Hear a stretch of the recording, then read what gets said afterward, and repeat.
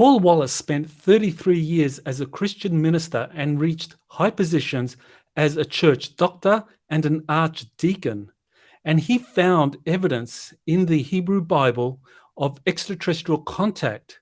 And he's been showing through a series of books called the Eden series how this extraterrestrial contact has been covered up in the Christian and the Jewish traditions, and he's now exposing it for the world.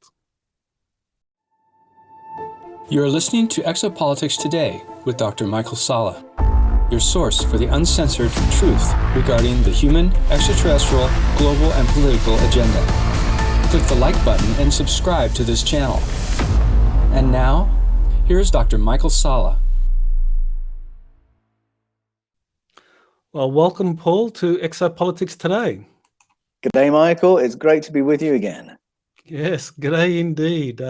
You're living in or visiting Queensland, Australia, which I spent 5 years there. That's where I did my PhD at the University of Queensland, a wonderful state. I definitely enjoy visiting there again during my holidays in Australia. Oh, good choice. It is where I live now, a little bit warmer than where I was before. Okay, Canberra. All right. Well, yeah, I stayed in Canberra too. It is a little bit colder there. So, Paul, you've recently released the fourth installment in your Eden series, the Eden Conspiracy. So, why don't you tell my listeners what it was that inspired you to produce a fourth book in that series? For sure. Well, the first book in the series, Escaping from Eden, follows my journey as I begin to work out there's something else going on in the Bible, which I'd been growingly aware of through my 33 years in church-based ministry. One of my jobs was as a theological educator. So not only was I preaching from the Bible, I was teaching pastors how to interpret the Bible, how to handle ancient texts to get out of them what the writers put in. And through that journey, I could see there was something funny going on in the stories that we weren't quite getting to with our conventional preachings. So you follow the journey in Escaping from Eden as I realized that there are these words that get translated as God that really shouldn't have been translated that way. They mean something else. By the end of Escaping from Eden, I've shown that there are ETs referenced in the biblical narratives, particularly in the Hebrew canon, what we call the Old Testament. So by the time I got to the fourth in the series, the Eden Conspiracy, I realized I had to circle back and look at that again, because is it just that the Bible is the book we thought it was, but there are a few aliens in it? Or is it actually about something completely different?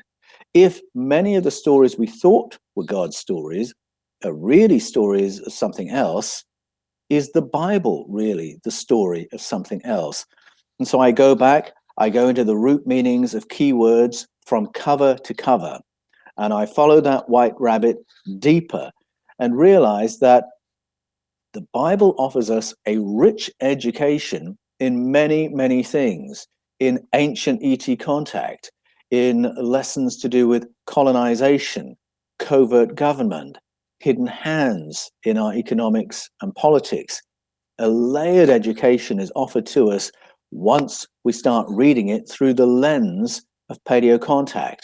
And as I made that journey, I realized that the Bible itself tells us the story of how the narrative of paleocontact was taken, suppressed, changed, and replaced with monotheism. The Bible shows us when this happened, even gives us the names of the people who did it. And that's what comes to light in the Eden Conspiracy.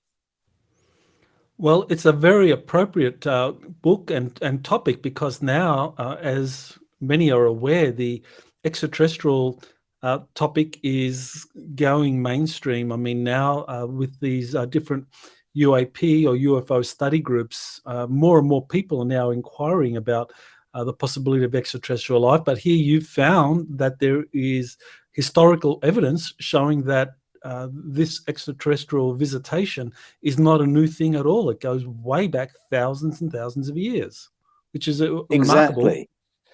And you're right, there's been a great acceleration in terms of open disclosure of contact phenomena from 2017 on, when there was that semi-official leak of the Nimitz footage of the Tic Tac craft.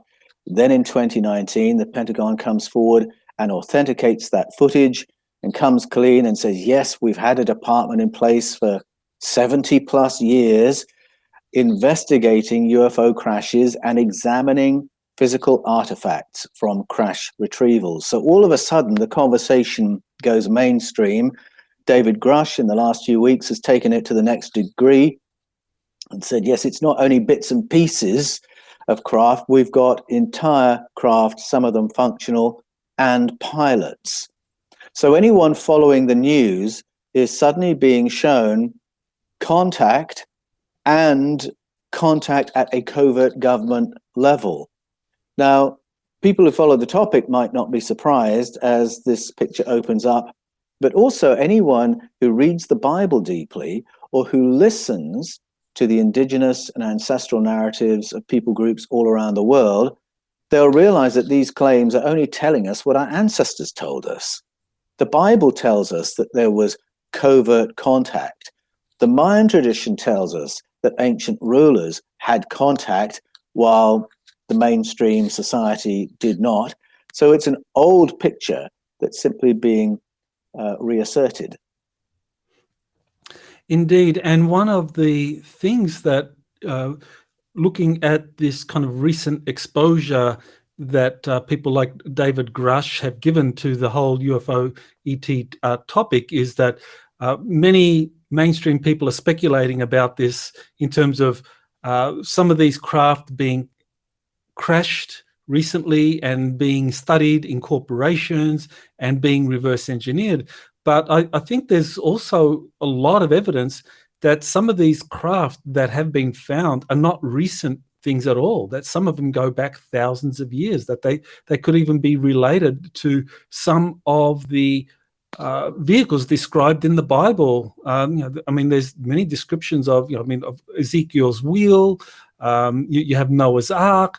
So could some of these vehicles be currently in the possession or being studied by some of these corporations?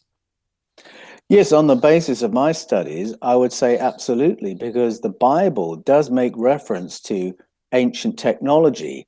So we have craft that are described. We have the word kavod, conventionally translated as glory, and the word ruach, conventionally translated as spirit. But you look at how those words operate in the texts, and you'll realize that a kavod can be in the sky or on the ground, can be to the left or to the right, can be moving across the landscape, that it can launch and land vertically, SpaceX style, and that it will shake the ground as it lands and launches, and that you can't be out in the open when it launches and lands. So you've got this kind of technology that's portrayed from the outside. Moses describes it from the outside, the cloudy pillar, as it's called. And then you've got Ezekiel telling us what it looks like from the inside, the metal textures, the transparent canopy, the sound of the engines when they fire up, the vibrating feeling when the engines start, how the rotors respond to voice commands, wheels described in such detail that NASA has a patent on them. So no, it's not the Spirit of God, it's a craft. It's sometimes called the ruach because it creates a blast of air, and that's what the word ruach means. So you've got technology like that referenced. You also have wormhole and portal phenomena referenced in biblical texts, and also, as I show in the Eden Conspiracy, referenced in archaeological finds. And so when I published my first book of Paleo Contact, Escaping from Eden, I started to be contacted by veterans of war, and in particular, veterans of the war in Iraq, the 2003 incursion into Iraq. And the questions they came to me were often, what's the credibility of portal technology, Stargate technology? And they were asking me because they had gone into that war thinking they were there for one set of reasons, the public reasons, for regime change, to rescue the world from weapons of mass destruction. And then they get there and they find their particular unit is on an archaeological mission. And then when they get back, they start sounding out their comrades, and they found that some of them were on missions that were to do with ancient technology, Stargate technology. And so they asked me, what's the credibility of that? Do you have any privileged information? And my answer has been, I don't have privileged information. I haven't had eyes on. Some of your colleagues may have, because if I follow the texts of the Bible, if I read them in parallel with the source narratives from ancient Sumeria, they say that if you're looking for Stargate technology, you will look in the country that today we call Iraq. They report that it was operative thousands of years ago. Now, if any world power supposed for one moment that there was ancient and maybe possibly functional Stargate technology on the planet, they would want to have it. They wouldn't want anyone else getting it. And so you will go into the country and you will create a World Heritage Order around that place. You will give it a military guard. You'll stop anyone else excavating there. And that really is the story of the recent past, as our forces, have looked for ancient technology. And so my very strong suspicion is not only have we looked, but we have found. And once found, of course, you would want to know, how does this work? Can we use these? Can we reverse engineer these? If you've been examining it for 70 years, of course, you'll be addressing those questions. I think that the Iraq invasion in 2003 and the events leading up to it are very significant for this topic. And I remember at the time there was a team of German archaeologists that had just found the tomb of Gilgamesh. Yes. And that, of course, is one of the oldest epic poems that's known to exist. And I think that clearly they found things there that the US government, in addition to whatever cuneiform texts that had been retrieved from Iraq earlier, whatever was found in the tomb of Gilgamesh, I think did play an important role in the eventual decision to invade Iraq, because, yes, as you said, the justification was entirely concocted. So they wanted to get in there, and they just came up with a spurious pretext. And it was clearly very, very far forward in the mix of reasons to go in, because within days of establishing the Allied presence in Iraq, within days, the archaeological team was there excavating the Gilgamesh site. And I remember Jörg Fassbinder briefing the BBC about this exciting mission, that through soil magnetization, they'd identified a site that correlated with all the details given in the Epic of Gilgamesh. And the amazing thing about that is twofold. First of all, the Epic of Gilgamesh is the oldest written narrative in the world that is known. And it tells the story of Gilgamesh, a crossover king between the ET kings, the sky people or Anunnaki who governed our ancestors in the deep past, and then the human lineages of kings and queens and rulers who came after. Gilgamesh was a crossover, and he was a hybrid. So the opportunity of this find was to fact test the world's most ancient story. Was it fiction? Was this story that talked about ET rulers and then human leaders following fiction, or did it happen? And the find in Iraq meant we could test that. We could establish if there were ETs governing us in the deep past. It was the find of the age. And yet we get there and it all goes silent. A few years later, Jörg Fassbinder is speaking to a French journal, and his explanation is, we decided not to explore any further. We decided to bury the site for its protection. Well, is that logical? That it was so important that within days of going into Iraq, we're there to dig it up and then we change our minds? Isn't it more likely that we didn't want to do the tests in public? We wanted to know what the result was before deciding what to do next. And I would suggest that if the result had been, oh, there's nothing to see here, it's just very old human remains, they would have published that. It's only if they'd found something further reaching that it would go quiet. So follow the story. You can Google it for yourself and follow the logic. Something was found, and it must have verified the ancient stories. Otherwise, we would have been told. Well, I think if you go to the Sumerian records and the descriptions of Gilgamesh, as you said, as a hybrid, as a demigod, and the Anunnaki were giants, it stands to reason that Gilgamesh was a giant himself, giant of stature, physical stature. And so if they find this tomb with the remains of Gilgamesh in there, this remains of a giant, right there's a big problem in terms of revealing this to the world. And the second is, and this maybe gets into an area that is speculation still, but maybe you know something about this. There's a lot of rumors, and several of my sources have said that there are these stasis chambers. What we consider a tomb may be a stasis chamber, perfectly preserving the body of these giants from ancient times who have lain dormant and are now in the process of waking up. So do you want to speak to that? I can only speculate about that because I don't have any privileged information there. But those are the kinds of questions, I'll put it that way, that are asked by people who were there, who had boots in the field, who were part of the operations, and who just through putting fragments of the story together from what they saw, from what their comrades saw, they're realizing something along those lines is afoot. Well, I've been working with an army insider who I've known for 15 years now, and he's active army, and he's sharing some information, and he's physically has seen a tomb or a stasis chamber with like a 12-foot giant in there, perfectly preserved, asleep, and that this is part of the kind of like the Americas tradition of Quetzalcoatl of returning, and Yes. I think you find that elsewhere. So yeah, Definitely. And it's what we would expect to find once we've read the King's List and the timeline on which these ancient beings were able to operate and live. Well,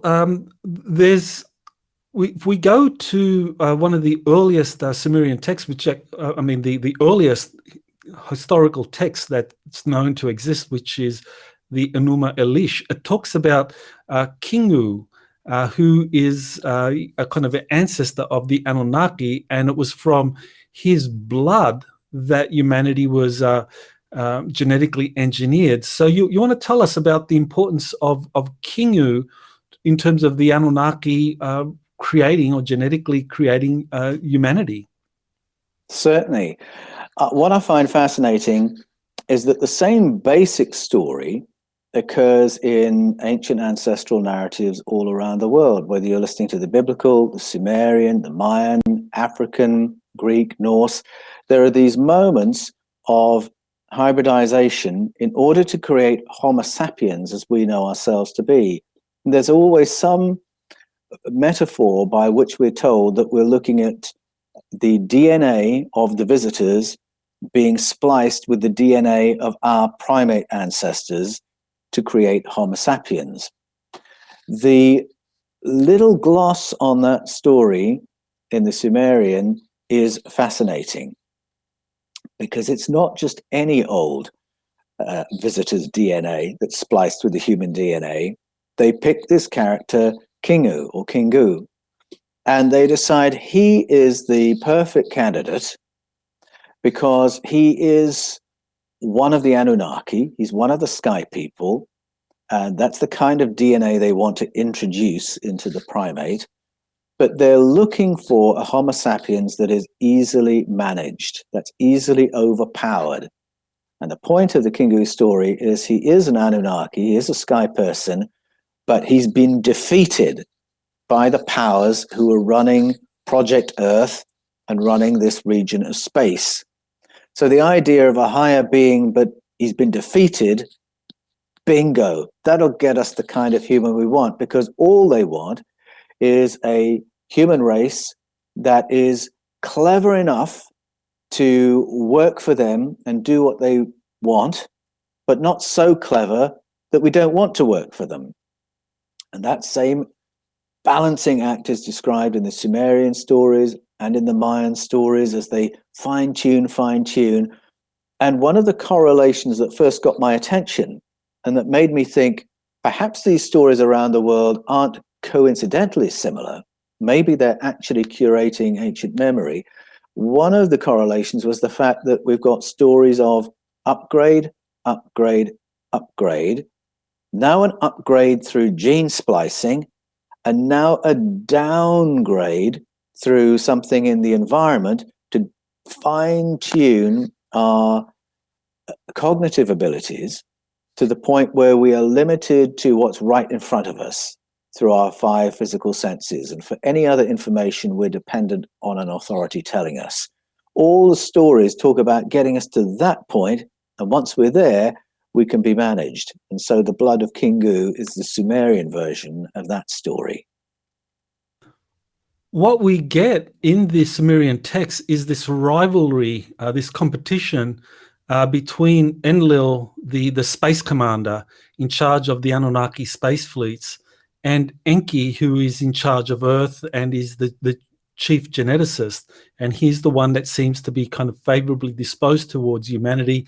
Enlil wants a group or a race of dumbed down workers that just does the mining operations that the Anunnaki need for their space fleets, whereas Enki is interested in the biological experiments of humans and wants to kind of like bring his experiment to some fruition. He sees a potential in there. So we see this rivalry. So what do you think that rivalry between Enki and Enlil, what's the significance of that in terms of what we find in the Bible?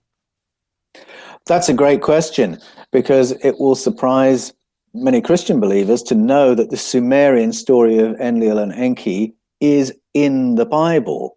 We have a summary form of it in Genesis 3.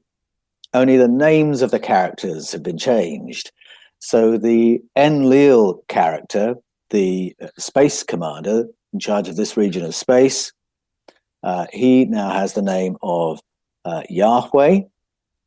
And Enki, the one who's in charge of Project Earth, who's closer to the humans, who is really involved in the project to engineer Homo sapiens, his role is taken by the serpent.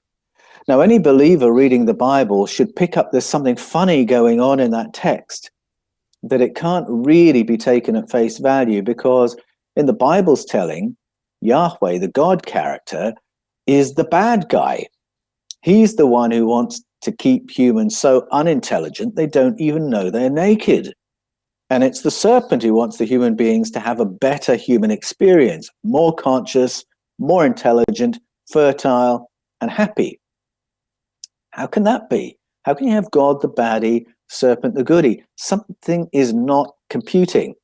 As soon as you peel back the layers and get back to the sources and realize, oh, it's Enlil who wants us dumbed down. It's Enki who wants to upgrade us. We recognize the story and we realize what's going on. Yes, there's a conflict among the visitors as to how intelligent the human beings should be, and whether we should go from having a workforce of male clones to having male and female, so that they can have a happy animal experience, same as anybody else, and more intelligent and more conscious. Enki is the one who's here. He's hands-on in the project. He knows the humans, and he's come to realize that they're not happy living the way they've been engineered. They have to be allowed to be a fully fledged, fertile species, intelligent, self-conscious. Otherwise, he's realizing not only are they unhappy, they're not easy to manage. So he's the one arguing for the upgrade. And you see the conflicts there play out in various ways long after that particular episode. The stories to do with conflicts among the Sky Council tell us that they conflict continually over how intelligent the humans should be, how much access they should have to information, how much access they should have to healthy food, safe water, medical supplies, how many humans there should be on the planet's surface, how long they should live. These conflicts play out all through the pages of the Hebrew Scriptures. And I would suggest that among the higher-ups, those same discussions are had today. Well, I mean, that's kind of pretty explosive for a lot of contemporary Christians, that the story, the Garden of Eden, that the serpent is depicted as the bad guy, and of course God, Yahweh, is depicted as the positive one. But of course, as you pointed out, that the story has this deeper layer of the serpent being the one that wants to empower humanity with wisdom, with knowledge. And that seems to me to be a kind of indication that the serpent really wanted to activate the Kundalini energy, or have humans empowered, where this kind of spiritual energy that's represented by the caduceus is flowing, and they then become fully empowered and able to kind of like deal with the superior knowledge and physical Definitely abilities of the gods. I'd want to add to that language as well, because I think we could express it in very nuts and bolts terms as well, which is to do with getting our brains to work. Because if you can go one of two places. Let's go to the Mayan version of the story, where we're told that Homo sapiens have been developed to a point where more of their brains are working, more of our ancestors' brains are working than at present. We're told there was a time when we were smarter than this. There was a time when our vision wasn't limited, and then they had to find a way of limiting our vision. And they did that by spraying a vapor over human populations, which would brain damage us. So if we look into that language and into that metaphor, what does it mean that our ancestors had vision that wasn't limited? Well, our vision is limited by surfaces. We can't see behind things. We can't see into things. Our vision is limited by distance. We can't see beyond the horizon into deep space. It's limited by time. We can only see the present. We can't see the future. We can't see the past. It's limited by frequency. We can only see this spectrum. A dog can see this spectrum. A cat can see this spectrum. And so if you take those limits off, all of a sudden you're talking about human beings who can future view, who can remote view, who have X-ray vision with all the advantage for self-healing that would bring. They have a better telepathic connection. And so it's to do with human beings who are fired up in every way, whether we're using the language of Kundalini and spiritual awakeness and alertness to other dimensions, or we're thinking in these very concrete terms of other bits of our brain working. And in Escaping from Eden, I talk about the field of study called acquired savant syndrome, which is a real field of study that is probed by credentialed neuroscientists around the world. And it's the phenomenon where people can suffer a brain injury or a central nervous system event, and all of a sudden they have a higher cognitive ability they didn't have before. They can speak a language they couldn't speak before. They've got phenomenal skills in mathematics or higher physics. They can play a musical instrument they couldn't play before. When this happens, this absolutely baffles us, because it runs totally against our conventional evolutionary understanding of what a human being is. And these scientists are asking the question, what sense does it make that we all have these higher cognitive abilities latent in our brains, but in the off position? What does it mean that they can be knocked on by accident? Our conventional understanding of ourselves can't explain it, but the ancient stories all explain it by saying, yes, we all have these higher cognitive abilities, but we have been dumbed down so that we can be managed. And all the cultures that have curated those stories have also curated protocols, approaches to releasing higher cognitive abilities, getting the limits off our vision, once again, to use that language. Now, there's a story involving the first king, King Adapa, in the Sumerian text, which describes him as someone that was offered this elixir of life as a gift for something that he did, but that he was warned against it by Enki. So it seemed that Enki wanted to share the fruits of the tree of knowledge, awakening those higher potentials. But yet when it came to immortality, there was some reservation about that. And so, yeah, what do you make of the story of Adapa and this offer of the drink or the elixir of immortality? And there's the cuneiform text that shows King Adapa being offered the drink of immortality by Anu. So when we read the biblical stories and the Sumerian stories and other stories around the world, there's this theme of human beings essentially wanting to get back what they had before.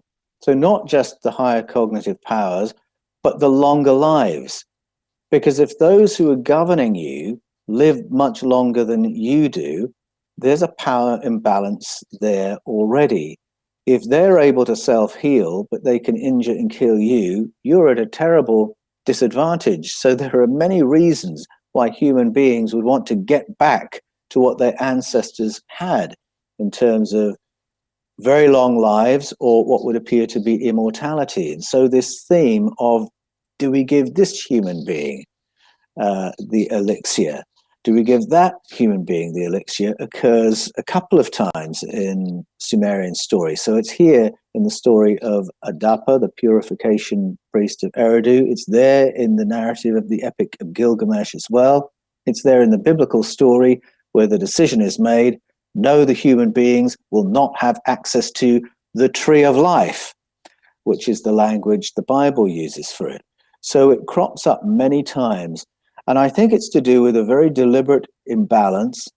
I think the idea is that if human beings don't live very long, then they don't have very long to work out what's really going on. You know, many people, when they reach about 80, think, wow, if I could live my life again with all the knowledge I have now and with all the confidence I have now, wouldn't that be awesome? But of course, it doesn't work that way. By the time you're really working out how to live and the secrets of life and why the world works the way it does, you're just about ready to cark it. And that is the plan. That is the design.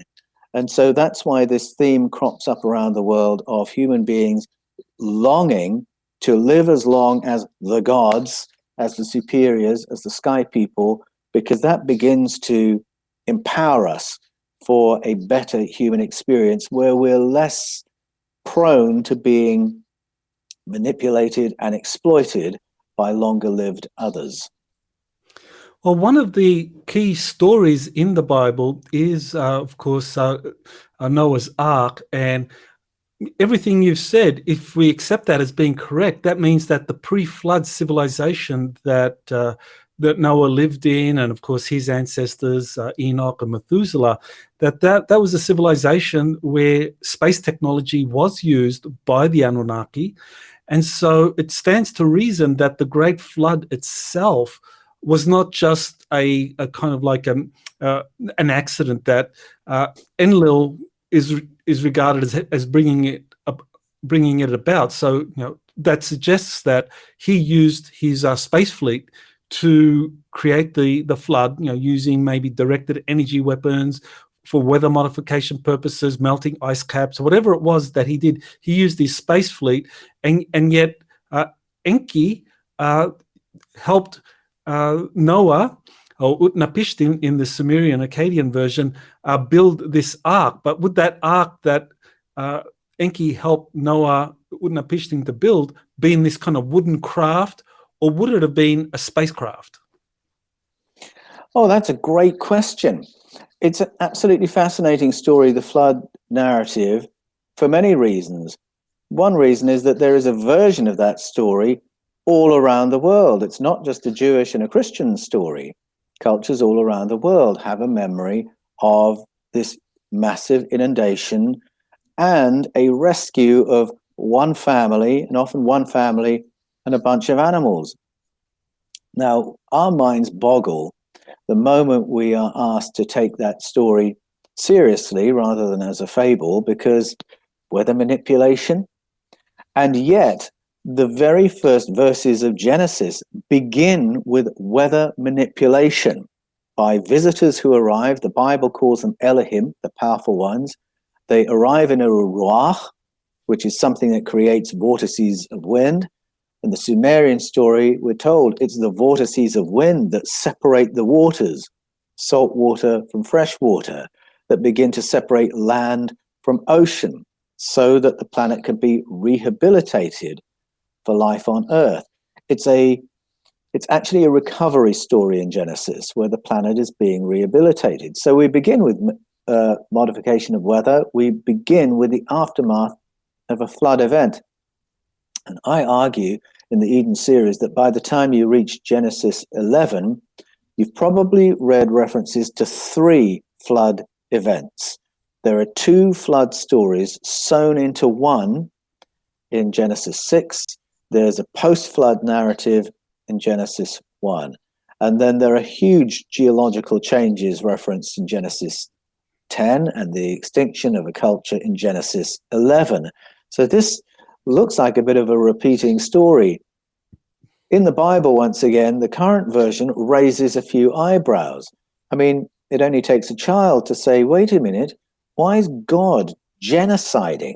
Isn't genocide the worst crime against humanity? But we're saying it's all right when God does it. A child will raise that issue. Why would God change his mind? Why would God want to kill all the human beings that he's made? Isn't he a God of love? Again, it makes more sense when we read the source narratives and realize, oh, the God character in the Bible is the Enlil character in the original version. Enlil doesn't have this warm, fuzzy relationship with human beings. He thinks there are too many of them. The Sky Council have decided to cull them. And it's Enki, once again, who's on the side of the humans, who identifies a family and says, I'm going to ensure we can reseed this planet. So you get your extended family together. So that's 5 families, essentially. That's Noah's family and his sons' wives, and a bunch of animals is the way the story goes, because we're going to reseed. And how literally we take that? Well, that's a good question. Was it actually a space capsule? Was it actually a DNA farm? It would make sense to us with our modern minds to think in that way. But a curious thing is that the Artrahasis, Yisudra, Utnapishtim, Noah stories correlate in very close detail. And Irving Finkel went to great lengths to show that you could follow the instructions for building the ark, which turns out to be a coracle, according to the instructions given in the ancient texts, and you've got a viable vehicle that will float on flood waters, that has the same volume that's referenced in the Bible and all those Mesopotamian stories. So I don't know what to make of that. It's interesting that the details of the story are so persistent. But yes, looking with our modern minds, if we were to reseed a planet, we would be thinking in terms of get them off the planet's surface, let's have a DNA bank, let's know how to reactivate all those life forms. And there's a hint that if the humans didn't do it, other presences on planet Earth were doing exactly that, because we're told in the King's List of the Sumerian tradition and in the Bible of other presences who were here before the flood, left for the cataclysm, and then returned after. And so that's the story of the Nephilim in Genesis 6. And again, raises the question, well, how did they get off the planet for the flood? And how did they come back? We get into the detail of that. And again, we're reading about ancient technology. Yes, I think that's a very important question, and it might be something that actually relates to what's happening in contemporary terms, because there have been a few sources that describe these space arcs as being very ancient and being a kind of rescue vehicle for humanity when it undergoes some kind of cataclysm, and that these are Yes. buried all over the earth. And because the flood story is universal to many earth cultures, so there's not just one Noah's Ark, there may be several of them. No, that's right. And we do have references in the book of Ezekiel, in the Hebrew scriptures, and the book of Revelation in the New Testament, where the writers have either physically seen or they've remote viewed a craft that is designed to carry thousands and thousands of human beings. And in their own language, they describe artificial light.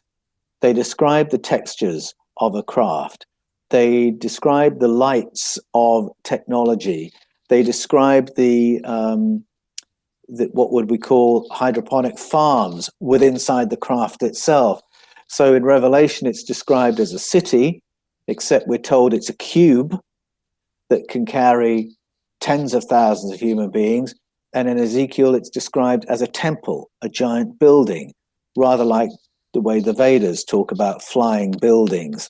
But it's simply the ancients' frame of reference for describing huge craft that are designed for a breakaway civilization or to carry people like us here.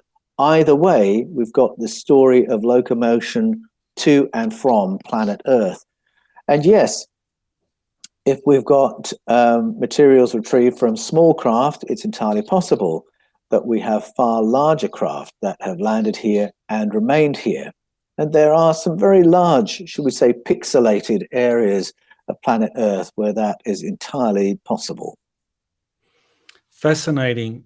So one of the things that you describe in the Eden Conspiracy is these ancient battles between humans, and you say that those make much more sense in terms of competing extraterrestrial factions, which we've described already, Enki and Enlil being different factional leaders and each having their own followers and cliques, that these battles are much more accurately described as emanating from these competing extraterrestrial groups, as opposed to one all-powerful deity, Yahweh, as described in the Hebrew and Christian Bible. So you want to just explain why that makes more sense? Well, it's actually spelled out for us in the Hebrew scriptures, but in a way that doesn't often get preached on because it doesn't fit with our mainstream monotheism. But there is a moment when we are told that the Elohim, the powerful ones, are meeting in council. They're presided over by a being referenced as El Elyon. So that's the powerful one, more senior than the other powerful ones. That's what that name means. And then Yahweh is one of the junior Elohim, one of the junior powerful ones. And in this story, and it's referenced a couple of times, El Elyon is parceling out portions of planet Earth to different powerful ones, so that there will be a landmass and then a powerful one governing over the humans on that land and exploiting all the resources of that land. And Yahweh gets a people group with no land. So he's in a foul mood from that point on, and he has to go to war with other powerful ones to get bits of their land and to get their resources.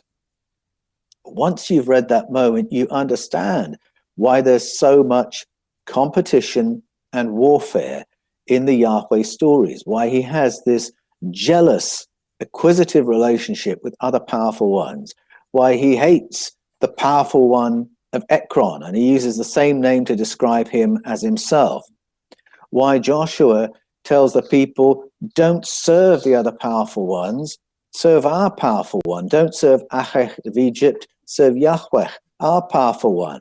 And it's all about maintaining control. And when Yahweh feels that his power over territory or people is slipping, that's when he really escalates the violence. And you see this in the book of Ezekiel. He's absolutely horrified that his people group are acknowledging the other powerful ones and have carvings of them in the temple. And he decides he's going to ethnically cleanse his district so that any of his people who have any interest in the other powerful ones will be killed. And he sends out 6 individuals equipped with a Kali Mashatau or a Kali Mapasau. One is a destroying thing, the other is a disintegrating thing. And apparently 6 individuals equipped with those can ethnically cleanse an entire district. And it sounds mind-boggling. How can you identify people who are not grieving over the carvings in the temple? We have cultures today where if your family doesn't go to a public event and show open grief when your leader is sick or has passed away, you're in big trouble and you might be executed. Exactly the same thing is going on in the book of Ezekiel, and it has to do with Yahweh trying to keep control of his land, trying to keep control of his people when he is in competition with all the Elohim who have had better allotments than he was given. And until you get that big picture, which is spelled out in the Hebrew scriptures, I'm not making this up, you can go and read it for yourselves. Once you see it that way, it frames everything else that happens. And you realize a world is being described where humans are being caught up in proxy wars, wars that are among the powers, but where the people really have no argument with one another. It's the powers competing for resources and hegemony, and the human beings get caught in the crossfire. Well, I know the ancient Greeks, especially Homer, he described that to a T. I mean, he described the Iliad as this kind of war that was totally engineered by the gods over kind of trivial things like a beauty contest of all things. But, for the gods, the assembly of gods, this was something that, they had no problem having their different factions go to war against each other. And so it seems like the Greeks had it right, and that Yes. they had insight, or maybe their memory, or maybe they more openly interacted with these gods. Why do you think Homer and the Greeks had it right, and kind of like our contemporary or the Hebrew faith got it wrong? Well, I think the answer to that is that in the 8th to 6th century BCE, there was a change of the narrative in Judaism. There was a sequence of kings and high priests who wanted to turn Judaism into monotheism. Effectively, what they wanted was an easily governed theocracy with one God, one king, one high priest, one temple. And so they wanted to extinguish the memory of all these other advanced beings. They would keep Yahweh and say that's the real God, and then Asherah, Dagon, Baal, get rid of those, demolish all the installations to them, disband the priesthoods, knock down the standing stones where our ancestors met these beings. So there's now only one story, one authority, one religion, and we forget all that paleo-contact stuff. King Hezekiah begins the process. King Josiah continues it. It begins with a ritual reform, and then an edit of the scriptures, and then Ezra runs that new religion moving forward. So the change is described. It's a change that centralizes the power to control the narrative, that centralizes the economy. Now all the tithes and taxes are coming to Jerusalem. There's only one narrative, that being told us by the one high priest. So we who are on the other side of that shift, whether in the Jewish tradition or the Christian tradition, now see the whole world through that lens. So for us, paleo-contact has been a taboo. The idea of a populated cosmos has been a taboo. The idea that we had visitors in the past who helped us learn agronomy and make the great leap forward, a taboo. That wasn't the case in the Greek culture, which was a melting pot of the world's wisdom. Plato, the Greek philosopher, was a brilliant synthesizer of the accrued wisdom of the world. He synthesized a coherent worldview, which he then argued for on the basis of logic. And it was a view that embraced paleo-contact, that embraced the idea of populated universe, that embraced the idea of reactivating higher cognitive powers. And so the Greeks were unafraid with all these big concepts because they weren't trying to turn everything into a theocracy. They weren't trying to manage everything in the way those Hebrew kings were. And so those ideas survived and were re-explained and re-argued for by Plato. They were very much part of Greek thinking. And many of the early church fathers, that was how they thought. And they saw no conflict between that thinking and getting on board with what Jesus was on about. And so you go to other cultures and you go further east, again, they have run with the ancient stories. The Vedas are still there with all their stories of the wars in the heavens and ancient technology. And as to the Greek story, I remember going to Knossos as a boy and seeing the remnants of this very advanced civilization that lived there. And I asked the guide, how come the Minoan culture that produced all this, that had such fabulous cities, that had sanitation, that had air conditioning systems, how did they get so clever? And his explanation was, well, the Minoan culture that lived here was the product of King Minos. And Minos wasn't human, he was a hybrid. He had some human DNA, but he had the DNA of higher beings as well. And this was a hybridization that occurred because a being called Zeus abducted a human female called Europa, and they produced 3 hybrid children. Now, he told me this as history, as an explanation of what was there on the island of Knossos, where he said this Zeus character was buried because he died in a battle. Now, that's slightly different from the mainstream Greek telling of the story, but it's the long-standing Cretan telling of the story. And it amazed me that what I had been taught in school as fable was being taught as history. They were that much closer and much less afraid of the ancient stories. And for the first time, I realized that the whole of Europe is named after what we would call an ET abductee, is a recollection of an ancient pattern of hybridization. Today in the West, post that change, post-Judaism, post-Christianity, if we hear about ET abductions, hybridization, we think, oh, National Enquirer, $50, that's the explanation for that story. If you grow up in Greece, you're not going to take that view, because that's the story that has been known and told and relayed for generations and for thousands of years.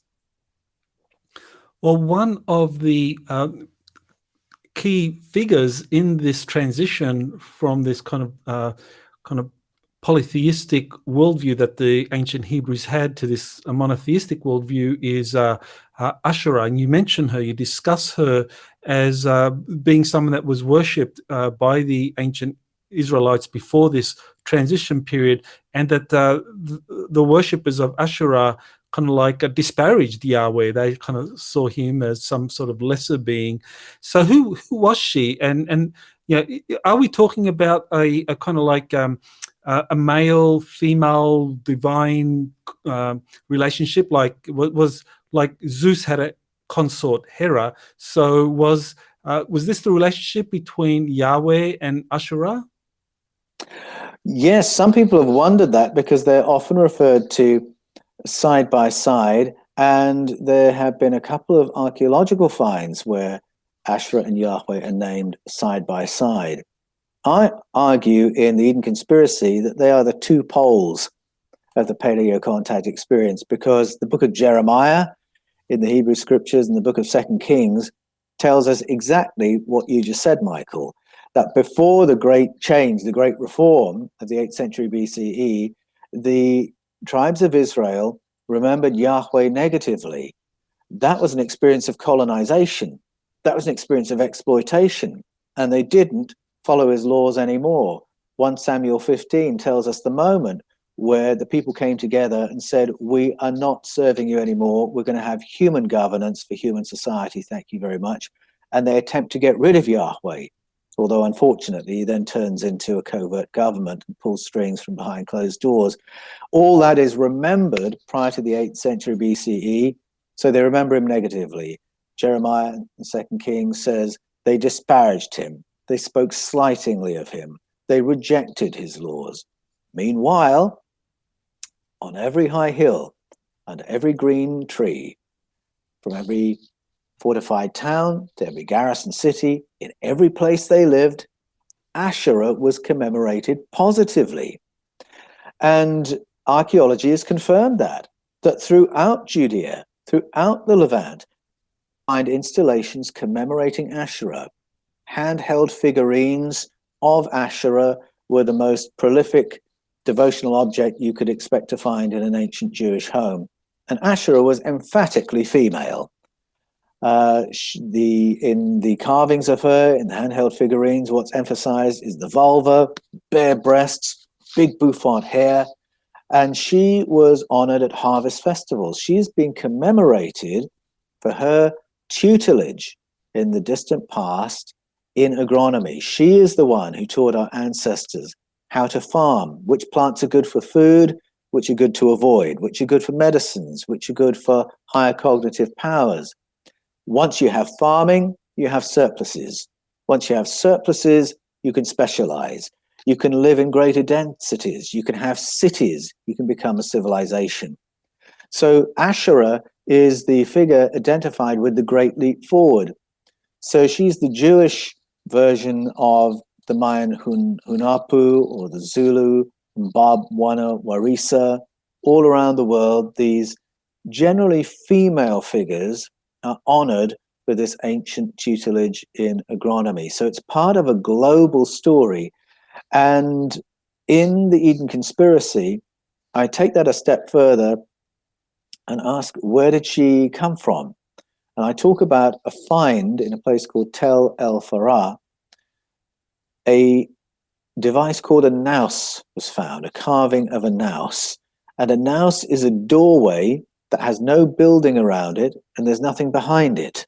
It's just a doorway to nothing, and yet through that doorway, advanced beings like Asherah can step. And I argue that we have language for that today. We would call it a portal. And above that portal is the carving of a crescent moon and a batch of stars. In the symbology of ancient Sumeria, that crescent moon references the Taurus constellation. That batch of stars sits on the shoulder of Taurus. It's the stars of the Pleaides.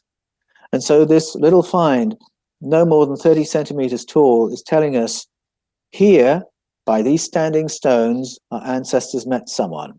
It was Asherah, represented by two inverted palm trees. How did she get here? Through a portal. Where did she come from? From the Pleaides. And you might say, oh, well, that's just one interpretation of those things. Yes, it is, but it lines up entirely with the claims of other ancient cultures. Listen to Native American story. Listen to the story from out of Hawaii.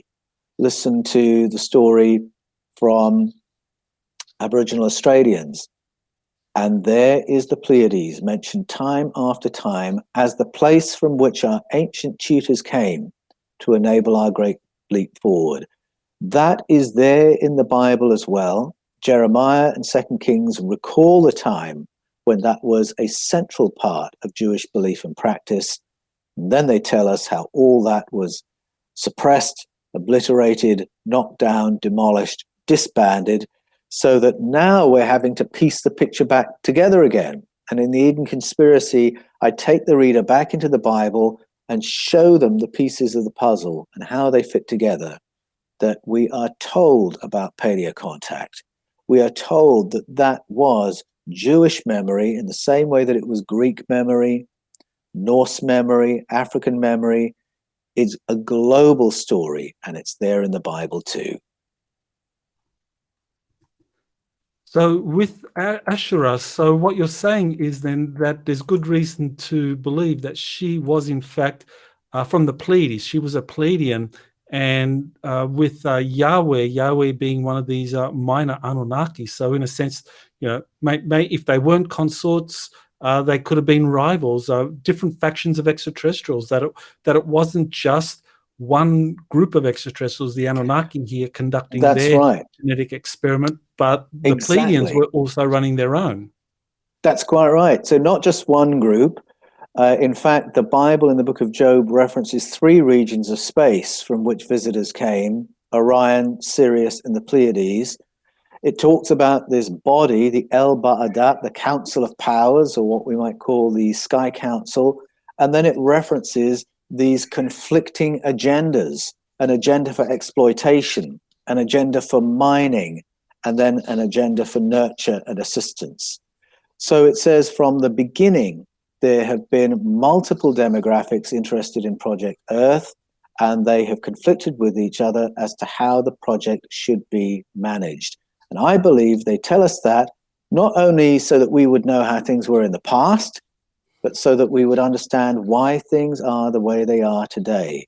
Our ancestors believed we would never have a full understanding of what's happening on Earth until we recognize there is a non-human layer to the story of our planet and our species.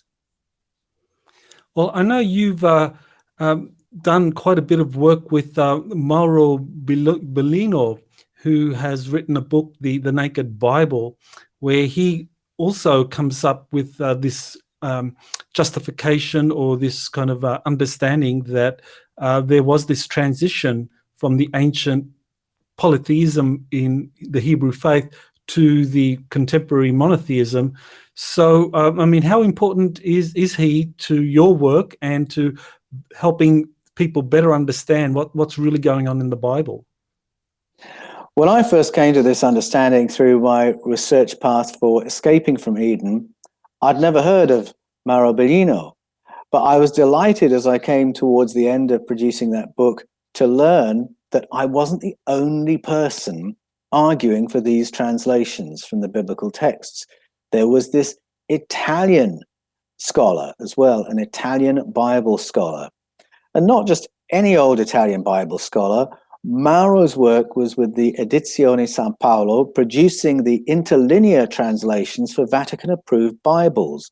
Now, that's a very exacting discipline, because giving the interlinear meaning means you have to give the root meaning of each word without imposing interpretations into it. And so he was becoming very clear that the story told by the interlinear translation was different to the traditional translations side by side on the page. He began to realize what I realized. It's a story of paleo contact.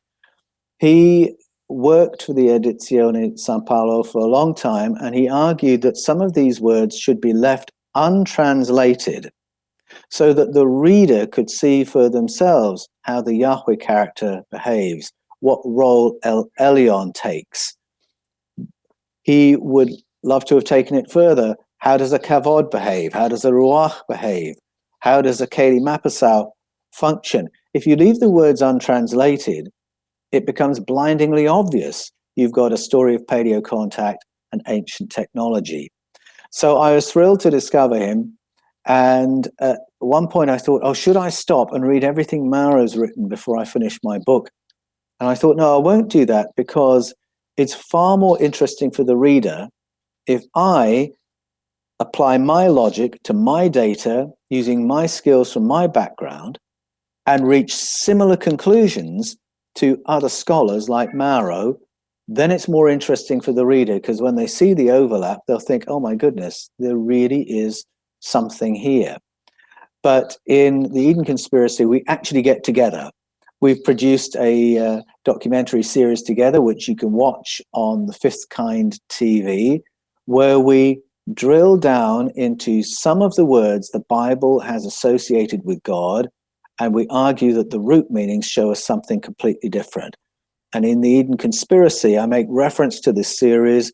I go to these words, I show how they operate, and again, make the point of, if you're not convinced by my root meanings translations, leave them untranslated and let the drama of the texts themselves tell you what is going on. And that was a lesson I learned from Mauro.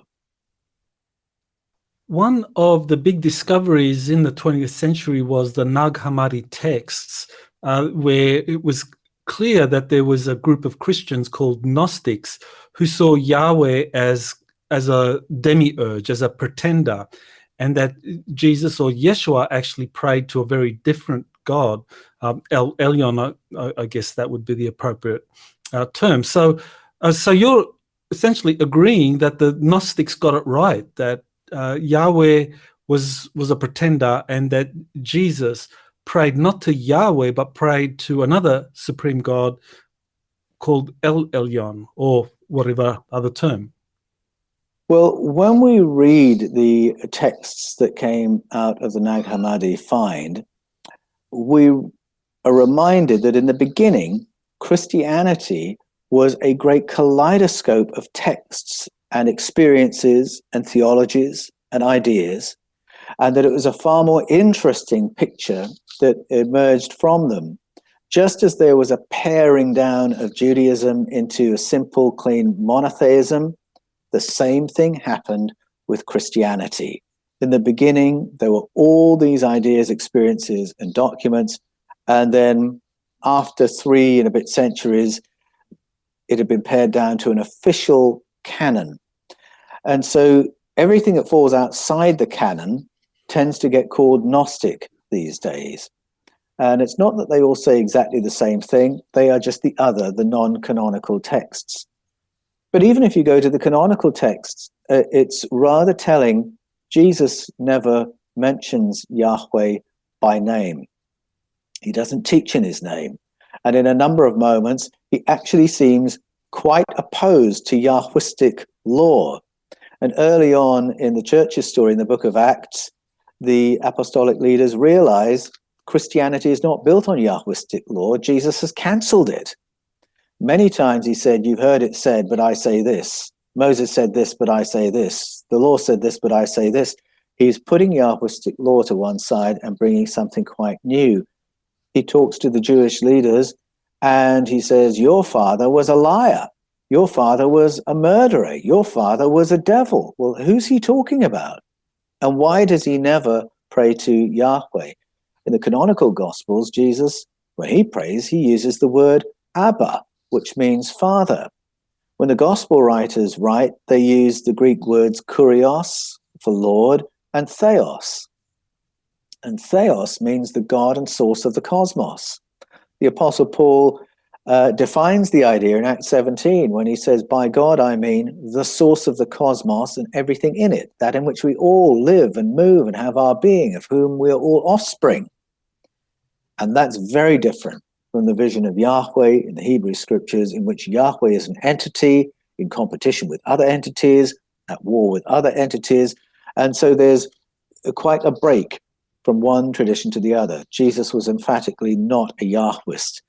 And even on the one occasion when he's in a synagogue reading from a Yahwist text, the gospel writers cannot bring themselves even to write the name Yahweh. They say kurios, pneuma kurios, the spirit of kurios, the spirit of the Lord. And so, yes, there's a break. You go into the non-canonical Gospels, and yes, a more interesting picture emerges.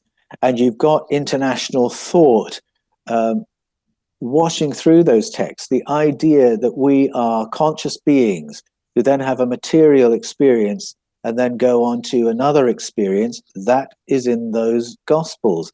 The idea that our region of space was modified by beings that were not God, that our planet was terraformed by a being who was not God, it's in those texts that you'll find it. And it wasn't just the Gospels that were found at the Nag Hammadi. Copies of the Book of Enoch were found there as well, which had not become part of the mainstream Hebrew canon because it's so overt in its description of contact with non-human entities. So in the Eden Conspiracy, again, I say, go back and look at what Christianity was in the beginning. Listen to what church fathers like Justin Martyr, Clement of Alexandria, Origen, Marcion were saying, and you'll realize that what I'm saying is really primitive Christianity, Christianity that wasn't afraid to acknowledge a populated universe and that wasn't afraid to acknowledge paleo-contact in the Bible. Well, I think there'd be a lot of political scientists who might be atheists, agnostics, and think, okay, well, so what? You know, I mean, this is all these stories about the Bible and the Sumerians. That's ancient history. It has no relevance to us. Well, I would make the case that when you have people like Professor Haim Eshed, and you actually spend a chapter discussing his claims, his revelation that there is a galactic federation currently visiting Earth and was working with the Trump administration. That sounds awfully a lot like the Sky Council that the Sumerians talked about, that you referred to in terms of your discussion of the Hebrew text. So in a way, Would you agree that those that take the position that, well, religion has nothing to do with politics and contemporary science, it's like, no, you're wrong. Actually, religion and the Sumerian texts give us an idea of these extraterrestrial entities and organizations that not only existed back tens of thousands of years ago, but are playing an important role today. Yes. Well, I totally understand people being nervous of religion, which is why I love the Sumerian texts so much. The Sumerian, Babylonian, Akkadian, Assyrian texts, they are not sacred texts in any religion. So go there, read those, and work out what they're teaching. They talk about the Sky Council. They talk about contact that's been there for thousands of years. Anyone familiar with those texts would be unsurprised by what Hayam Ashed said just before Christmas 2020. And we should say he was the Brigadier General who for 28 years was the chief of Israel's space security program. So it's his job to know if we were in contact. And he says, yes, we are. Yes, there's this galactic federation. You hear that, you think, oh, I know that because it's in the Sumerian texts. But I would also say, well, if you're nervous of religion, so am I. But the Bible isn't about religion for the most part. The Bible is about paleo-contact. And once you read it through that lens, you realize it's teaching you about covert government and covert contact. Anyone who reads the ancient texts of the Hebrew scriptures, again, will be unsurprised that there is a galactic federation, because the Bible calls it the El Ba'adat, the Council of Powers. It's the Sky Council. It's the Tseva Hashemayim, the Sky Armies. And so whether you go to the Bible, African story, the Vedas, Norse story, our ancestors have always said there is a non-human layer to the governance of our planet. Back in the 1600s, Robert Kirk, a Presbyterian minister in Aberfoyle in Scotland, wrote a book which he had produced simply by listening to Celtic story, listening to the lived experience of the locals. And he joined the dots and he argued that if you want to understand why things work the way they do on planet Earth, you have to understand, first of all, there are elites that operate above national governments, and they are in contact with a non-human presence. That's exactly the same thing that Hayam Ashed said. That's what the Bible is about. It isn't about religion. It's not there to teach religion once you see the big picture. Once you read the story of that reform from King Hezekiah through to the senior priest Ezra, you realize, oh my goodness, the authors have guaranteed that we never forget paleo contact by telling us how that story was suppressed and changed. So it's an explanation of the world today, why things work the way they do, why there are still conflicts over how many human beings there should be on the planet, how long we should live, what access to medicine, what access to clean, safe drinking water, which is going to be a huge issue in the 21st century. Our ancestors wrote this to equip us for the present and to engage intelligently with geopolitics today. And this is why I love the term exopolitics, because I think we can't have an intelligent geopolitics until we realize exopolitics is involved. My hope for the future is not in the candidates who we're allowed to vote for from one general election to the next, but in terms of our allies on the Intergalactic Federation, our allies on the Council of Powers. If we didn't have allies in higher places, then we would have been exploited to the point of non-existence. And once we join the dots and realize there are some presences here because they're supporting the human experience, then I believe we're in a position to engage more intelligently with what's really going on. And I want to emphasize that because I think at the moment what's in the news is framing all contact as terrifying, negative, invasion of the body snatchers, Mars attacks, and that is not the whole picture. It's an aspect of it, without a doubt. We have faced exploitation, we've faced hostility, but that's just at one end of the spectrum. And we have helpers at the other, and we have a council of powers. And I'm interested in us as a species engaging more intelligently with that, knowing who our friends are, knowing who we should work with for the betterment of the human experience. Well, currently in the United States, I mean, there are three unidentified aerial or unidentified anomalous phenomena investigations being conducted. One's being conducted by the Pentagon through the Arrow office. Another is being conducted by NASA. And a third is being conducted by an interagency organization being headed by the National Security Advisor, Jake Sullivan. So what would you say to people in those investigations in terms of your research into this ancient extraterrestrial presence, that the UAPs that are being explored now or being investigated, what are the chances that some or many of those are actually remnants or craft belonging to these ancient extraterrestrial civilizations that are still here, or maybe some of their technology is left behind?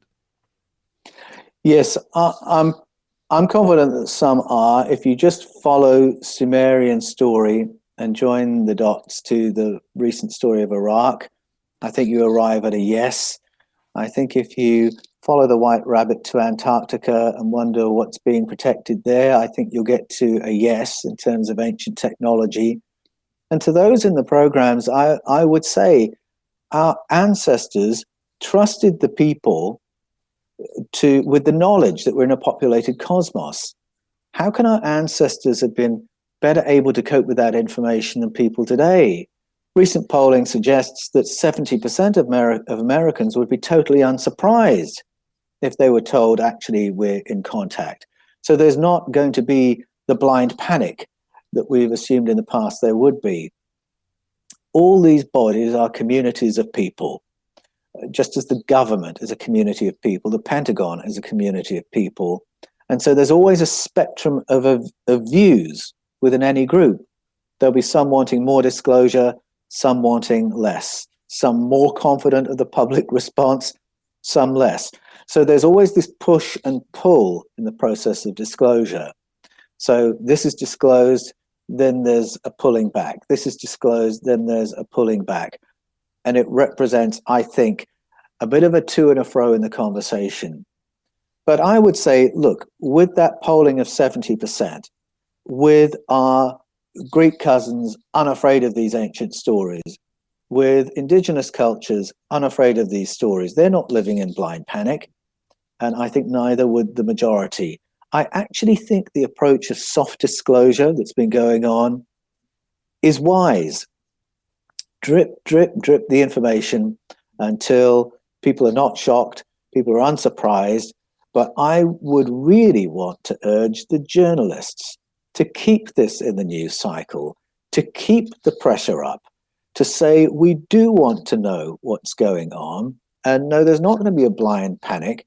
And I think if we continue down this path of gradual disclosure, the powers don't have to be afraid of the enormous political fallout that they're obviously fearing.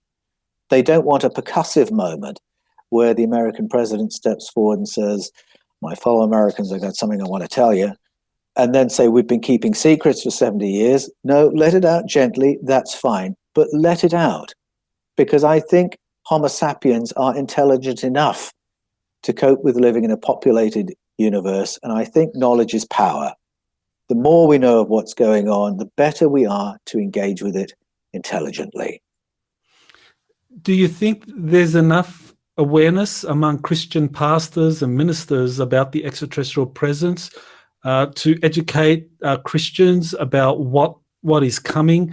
Because I know there's a lot of Christians, especially in the evangelical Christian community, who have these very generalized views of extraterrestrials as being demons. And there's a refreshing number that are like rejecting that and having a more nuanced perspective. But looking at this phenomenon, I'm a little concerned that maybe there's going to be a lot of Christian evangelicals that are going to be deeply shocked and won't be able to accept research such as yours, that some of these extraterrestrials are friends, they're potential allies in a very challenging and hostile universe. So what would you say to the Christian community? Yes, I think many churchgoers would be very shocked. And one of the reasons I'm motivated to produce my books is to bring people of faith into the conversation. I get people every single day from the Christian world attacking me for what I'm writing. And from time to time, I'll say, go and ask your pastor if what I'm saying makes sense of what is in the texts.